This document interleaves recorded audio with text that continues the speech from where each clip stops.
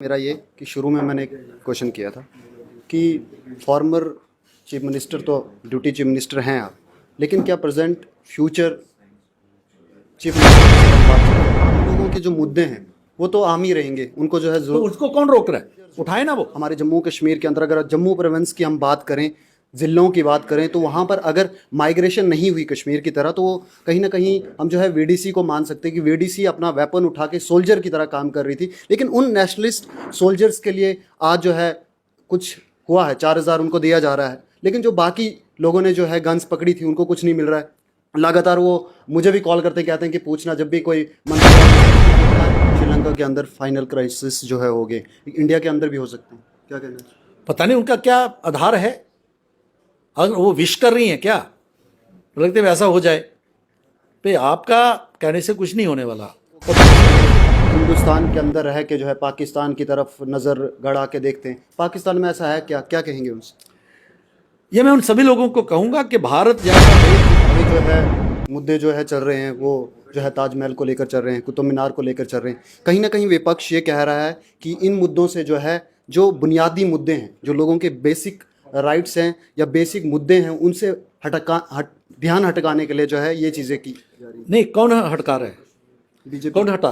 BJP को उसने कहा था वहां के 9 जो पत्थरबाजों को, पे आप आर्मी कैंप में क्या कर लेने के गए थे? ट्रॉफी लेने के लिए गए थे क्या? वो भी महबूबा मुफ्ती। और 2014-15 से पहले उनकी क्या बीजेपी ये कहती है कि हम जो है सबको सुधार देते हैं, जो भी देशद्रोही होते हैं उनको सुधार देते हैं। आपके साथ ही रहे हो सरकार में, क्यों नहीं सुधार पाए? देखिए, बीजेपी वैसे उमर अब्दुल्ला बोलते हैं, उसी प्रकार से फारूक अब्दुल्ला बोलते हैं, और बिलावल भुट्टो भी इस प्रकार की बात करते हैं। तो क्या समझे आप? लोगों को लगता है शायद कोई ट्यूल किट का हिस्सा तो नहीं है ये कि हिंदुस्तान को डिस्टेबलाइज करना। और पाकिस्तान तो अपने षड्यंत्र में है किस प्रकार से कश्मीर का मुद्दा, यहाँ के मुद्दों को रेस करते हुए, और अपनी जो उसमें जो महबूबा मुफ्ती को काउंटर नहीं कर रहे, उनको हम आईना दिखा रहे, एक्सपोज कर रहे कि महबूबा मुफ्ती जी आप ऐसे बयानों से बाज आ जाओ, ये किसी के हित में भी नहीं है। हिंदू मुसलमान करना बंद कर दो, कम्युनल लाइन्स के ऊपर डिवाइड करना बंद कर दो। नमस्कार, आदाब व सत श्री अकाल। मैं हूं सुलिंदर परिहार और आप जुड़ चुके हैं चैनल 1 के साथ। हमारे साथ बातचीत करने के लिए हैं फॉर्मर डिप्टी चीफ मिनिस्टर। जी हां, हम इनसे बातचीत करेंगे। आज आपको बता दें कि एक बड़ा बयान जो है महबूबा मुफ्ती जी का जो आया है, और इसी को लेकर जो है काउंटर जो है ये कर रहे हैं, बीजेपी लगातार काउंटर कर रही है क्योंकि उनका बयान ही ऐसा है। सर मुझे बताएं, फॉर्मर तो मैंने कह दिया कि फॉर्मर मिनिस्टर हैं, क्या फ्यूचर मिनिस्टर से बात कर रहे हैं, चीफ मिनिस्टर के साथ? देखिए, महबूबा मुफ्ती के बयान की बात करेंगे। महबूबा मुफ्ती को काउंटर नहीं कर रहे, उनको हम आईना दिखा रहे, एक्सपोज कर रहे कि महबूबा मुफ्ती जी आप ऐसे बयानों से बाज आ जाओ, ये किसी के हित में भी नहीं है। हिंदू मुसलमान करना बंद कर दो, कम्युनल लाइन्स के ऊपर डिवाइड करना बंद कर दो। ताजमहल को मंदिर बनाने की जो बात आप कह रही हो, मुझे नहीं पता किसने आपको कहा पे वहाँ को मंदिर बनाने की बात चल रही है, और उसमें केंद्र सरकार और भारतीय जनता पार्टी का क्या रोल है, स्पष्ट तो करिए। आप भारत के यहाँ के हर जो संस्था है, चाहे वो पार्लियामेंट है, चाहे आप डिलिमिटेशन कमीशन है, केंद्र सरकार है, या फिर यहाँ की कोर्ट्स हैं, उसके ऊपर प्रश्न चिन्ह लगाती हो। अगर आप बाबरी मस्जिद की बात करते हो, वो तो कोर्ट का मसला है, उसमें सरकार ने तो कोई कहा नहीं है। कोर्ट ने डायरेक्शन दी कि वहां पर जाके वीडियोग्राफी की जाए। और कुतुब मीनार का मसला है, तो वहां पर भी लोग चाह रहे हैं कि वहां देखा जाए भी क्या है उसमें, हिस्ट्री क्या है, ताकि हिस्ट्री जाने लोग, और आने वाले वक्त में इस प्रकार की हिस्ट्री रिपीट ना हो, इसकी पर बात चले। अगर ताजमहल को आप मंदिर बनाने की बात करते हो, किसने कहा तब उसको मंदिर बनाने के लिए, बताओ? अगर जयपुर की रानी जो राजा जय सिंह की जो हवेली थी, जिसके ऊपर कहा जाता है कि ताजमहल बना था, उस परिवार की एक रानी ने अगर वहां आरटीआई दी है, तो उसका हक है, कानून के दायरे में कर रहे। चाहे सुप्रीम कोर्ट जो कर रही है वो कानून के दायरे में कर रही है, लोग मांग रहे कानून के दायरे में मान रहे, और अब आप हिंदू मुसलमान करी जा रही हो। आप बीजेपी और केंद्र सरकार को दोषी ठहराया जा रहे हो। क्या आप चाहते हो कि यहाँ लोग जो है उनकी अभिव्यक्ति की आज़ादी ना रहे, वो सारी बातें बंद कर दें? ये ऐसी बात करना एक पूर्व मुख्यमंत्री को शोभा नहीं देता। और जिस प्रकार की भाषा आप बोलते हो वैसे उमर अब्दुल्ला बोलते हैं, उसी प्रकार से फारूक अब्दुल्ला बोलते हैं, और बिलावल भुट्टो भी इसी प्रकार की बात करते हैं। तो क्या समझे आप?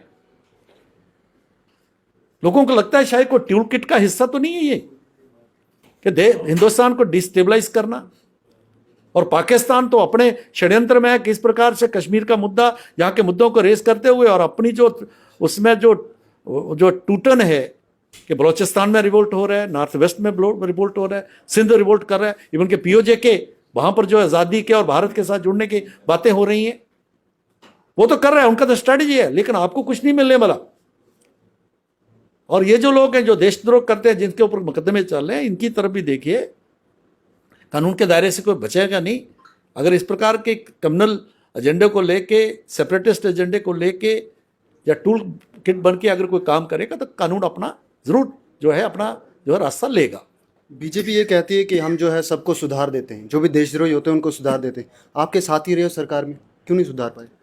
देखिए, बीजेपी कभी नहीं था हम सुधारते हैं, सुधारता है कानून, सुधारती है यहाँ की व्यवस्था। और सुधारने के लिए एक कोलिशन में आके हमने कोशिश की। और आपको मैं कहूँगा 3 साल के बयान जो हैं महबूबा मुफ्ती के 3 साल के निकालिए, इस प्रकार की भाषा आपको नजर नहीं आएगी। वही भी महबूबा मुफ्ती थी, जिस आपको याद होगा कि राजनाथ जी जब होम मिनिस्टर यहाँ आए थे तो उसने कहा था वहाँ के जो पत्थरबाजों को, पे आप आर्मी कैंप में क्या कर लेने के गए थे? टॉफी लेने के लिए गए थे क्या? वही भी महबूबा मुफ्ती। और 2014-15 से पहले उनकी क्या भाषा थी और उसके बाद क्या भाषा है? तो हमने कोशिश की सुधारने की, क्योंकि लोकतांत्रिक इस प्रकार की लोगों का मैंडेट दिया था। और हमारे प्रधानमंत्री जी ने, हमारे केंद्र ने पूरी कोशिश की कि लोगों की जो वहाँ पर उनका मैंडेट था उसको रिस्पेक्ट करने की।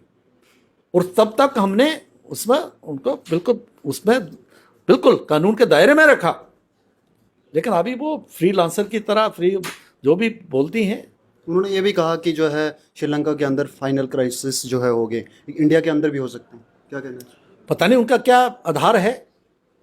अगर वो विश कर रही हैं क्या, लगते वैसा हो जाए, पे आपका कहने से कुछ नहीं होने वाला। और दूसरा, ये श्रीलंका नहीं है, ये भारत है। श्रीलंका ने अपने आप को तो पूरा चाइना के सामने गिरवी रख दिया था, और चाइना भी भारत के पीछे भागता है। आज अमेरिका भागता है, ये भारत है। और जिसके नेता जो है प्रधानमंत्री नरेंद्र भाई मोदी हैं, भारतीय जनता पार्टी है। यहाँ पर हमारी इकोनॉमी को देखो तो फैक्ट्स के ऊपर बात करो ना, सिर्फ ऐसे फोके फायर डालना है ऐसे करके हवा में, तो उससे कोई लोग समझते नहीं है। हाँ, कुछ लोग तो आप गुमराह कर सकोगे, लेकिन लोगों को लगता नहीं है। मतलब है हम तो शुरू से कहते हैं कि चाइना के चंगुल से बचो, जो एक डेट ट्रैप लगाता है। हम तो पाकिस्तान को भी समझाते हैं, अरे भाई बचो, सी पैक कर रहे हो आप, सारे अपने एयरपोर्ट्स उसको दे रहे हो, पाकिस्तान की हालत होने वाली है। तो महबूबा जी को कहो भी आप पाकिस्तानियों को ये सुझाव दो, वह उसकी चिंता करो, भारत की चिंता करने की ज़रूरत नहीं है। उसमें करने के लिए यहाँ पर हमारे सरकार है, हमारे प्रधानमंत्री हैं जो चिंता कर रहे हैं। भारत के अंदर डेली मुद्दे नए नए होते हैं। अभी जो है मुद्दे जो है चल रहे हैं, वो जो है ताजमहल को लेकर चल रहे हैं, कुतुब मीनार को लेकर चल रहे हैं। कहीं ना कहीं विपक्ष ये कह रहा है कि इन मुद्दों से जो है, जो बुनियादी मुद्दे हैं, जो लोगों के बेसिक राइट्स हैं या बेसिक मुद्दे हैं, उनसे ध्यान हटकाने के लिए जो है ये चीज़ें की जा रही हैं। नहीं, कौन हटका रहा है? बीजेपी। कौन हटा? बीजेपी का कौन है? मुझे आपने 2-3 है। ताजमहल ने बीजेपी का पक्ष किसने लिया? कौन गया था ताजमहल के लिए भी बीजेपी का पक्ष लेने के लिए? कोई नहीं गया। वहाँ की, जैसे मैंने कहा, एक रानी है, राजा जय सिंह थे, जिनकी वो हवेली थी कहा जाता है, उन्होंने आरटीआई दी है, तो उसमें बीजेपी कहाँ से आ गई? बाबरी मस्जिद में अगर वीडियोग्राफी की जो है रिपोर्ट जो डायरेक्शन देती है वहाँ की अदालत देती है, तो इसमें बीजेपी कहाँ से आ गई? केंद्र सरकार कहाँ से आ गई? कुतुब मीनार में कोई चाहता है कि पता करने के लिए भी जहाँ पर कोई हिंदू जो है बिल्डिंग्स को ढा के किया, अगर कोई अपने कानून का हक को लेते हुए अगर कोई कहता है, इसमें बीजेपी कहाँ से आ गई? अब जो भी बात होगी आप बीजेपी के मत्थे में होते हो, क्योंकि आपको लगता है कि लोगों को समझ आएगी। लोग इतने बेवकूफ़ नहीं है, आप बेवकूफ़ नहीं बना सकते लोगों को। लेकिन आम लोगों के जो मुद्दे हैं वो तो आम ही रहेंगे, उनको जो है तो उसको कौन रोक रहा है? उठाए ना वो, और चर्चा हो भी रही है।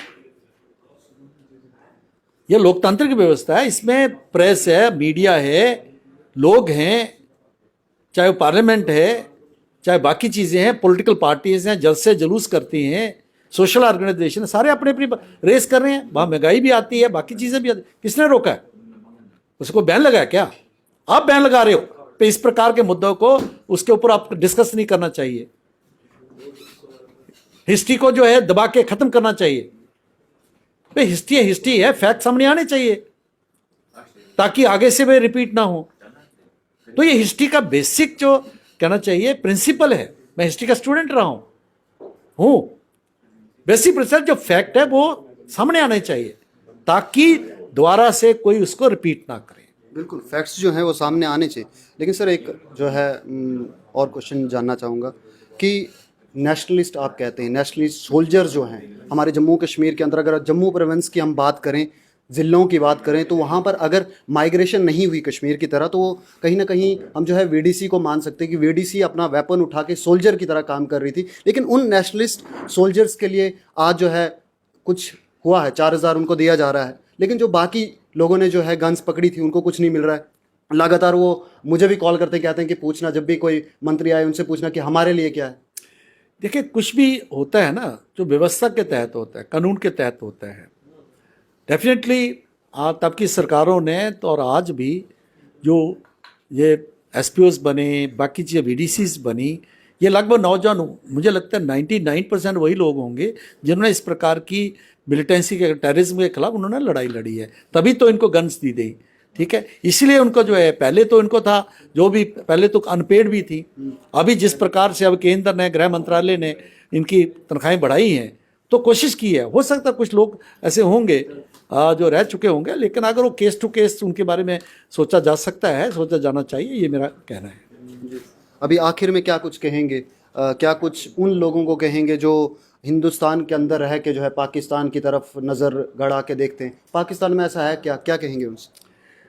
ये मैं उन सभी लोगों को कहूँगा कि भारत जैसा देश दुनिया में नहीं है। यहाँ हर प्रकार की आज़ादी है और 21वीं सदी का भारत है, जाग चुका है। यह नरेंद्र भाई मोदी का भारत है, जिसके प्रधानमंत्री नरेंद्र भाई मोदी है। केंद्र में भारतीय जनता पार्टी की सरकार है, और जो जागृति है उसका परिणाम तो आप देख रहे हो, कैसे जो है बड़े बड़े फैसले हो रहे हैं। जम्मू कश्मीर 370 जाना, 35A का जाना, तो ये सारी बातें हैं। और ये जो व्यवस्था है, यही व्यवस्था सभी के हित में है। चाहे वो अलगाववाद का जो रास्ता ले रहे हैं या किसी दूसरी तरफ जाना चाहते हैं, उनको इस व्यवस्था को स्वीकार करना चाहिए। नहीं करेंगे तो उनका कुछ बनने वाला नहीं है। इसलिए जम्मू कश्मीर के नौजवानों को भी मैं कहना चाहूँगा, आइए, हमारा भविष्य जो है जम्मू कश्मीर में है। जम्मू कश्मीर की नई जो व्यवस्था 5 अगस्त 2019 को बनी है उसमें है। जहाँ टूरिज्म बढ़ता है कि लोगों को रोज़गार मिलेगा, जहाँ इंडस्ट्री जो है खड़ी होती है तो नए रोज़गार बनेंगे। और जैसे अभी कहा गया, शायद लाखों की तादाद में रोज़गार जहाँ पर बने, इसके लिए सरकार कोशिश कर रही है। उसको हम एक्सेप्ट करें और इस प्रकार के जो सेपरेटिस्ट एजेंडा, जो इस प्रकार के एजेंडे से, उससे हम बचें, उनके गुमराह ना हो। खासतौर पर नौजवानों से मैं ये अपील करना चाहूँगा। सर आखिरी सवाल मेरा ये कि शुरू में मैंने एक क्वेश्चन किया था कि फॉर्मर चीफ मिनिस्टर तो ड्यूटी चीफ मिनिस्टर हैं आप, लेकिन क्या प्रेजेंट फ्यूचर चीफ मिनिस्टर के साथ हम बातचीत कर रहे हैं? देखिए, हम भारतीय जनता पार्टी के कार्यकर्ता हैं। हमने इस प्रकार की कभी नहीं सोच रखी, नहीं रखते हैं। तो इसलिए पार्टी जो है वो सक्षम है किसका क्या रोल बनाना है, और आने वाले वक्त में भारतीय जनता पार्टी यहाँ सरकार बनाए, इसके लिए हर कार्यकर्ता, जिसमें मैं भी आता हूँ, हम पूरी कोशिश में हैं, पूरे मेहनत कर रहे हैं कि वो जो अपना जो ऑब्जेक्टिव है उसको अचीव करें। चलिए, बहुत बहुत शुक्रिया हमारे साथ। धन्यवाद, बहुत बहुत धन्यवाद। तो आपने देखा कि फॉर्मर डिप्टी चीफ मिनिस्टर हमारे साथ बातचीत कर रहे थे और सभी मुद्दों पे बातचीत हुई। आप जुड़ रहे हैं चैनल 1 के साथ। सुलिंदर परिहार को दीजिए इजाज़त, फिर जल्द होगी मुलाकात। तब तक के लिए नमस्कार, जय हिंद, इनकलाब जिंदाबाद।